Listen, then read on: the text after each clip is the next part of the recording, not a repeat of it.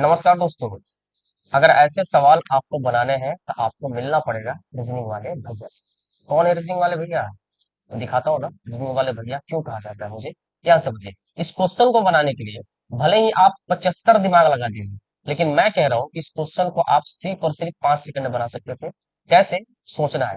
ये एक प्रोसेस दिया हुआ है कि आप अगर कोई कार्य करते हैं, कोई भी काम आप करते हैं तो उसका प्रोसेस क्या होता है। जैसे आपने देखा कि कहीं किसी चीज का डिजाइन बनता है, फिर इसको टेस्ट लिया जाता है, उस चीज का हमने जो काम किया वो सही जा रहा है कि गलत जा रहा है।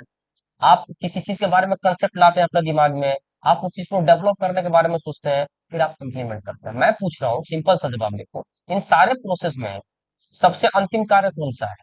तो आप कहेगा सर, लागू करना।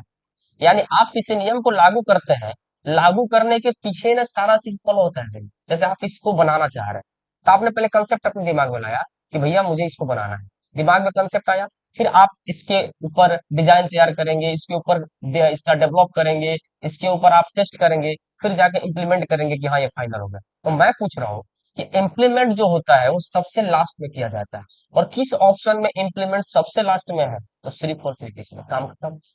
आपका क्वेश्चन जो है वो क्या हो गया? सॉल्व हो गया। इम्प्लीमेंट का मतलब होता है लागू कर देना, यानी उसके पहले के सारे कार्य आपने क्या कर लिए हैं? फाइनल कर दिए, तब ना आपने किसी चीज को इम्प्लीमेंट किया है जी। तो लागू करना, इम्प्लीमेंट करने का मतलब है कि प्रोसेस सारा क्या है? फाइनल है। सिर्फ एक ही ऑप्शन था जो इम्प्लीमेंट को सबसे लास्ट में रखा था। अब सवाल है क्या, उल्टा भी तो दे सकता है सर। तो भैया उल्टा देता तो इम्प्लीमेंट 5 पहले लाता, किसी ऑप्शन में है नहीं है, काम खत्म। अब मैं प्रूफ कर देता हूँ।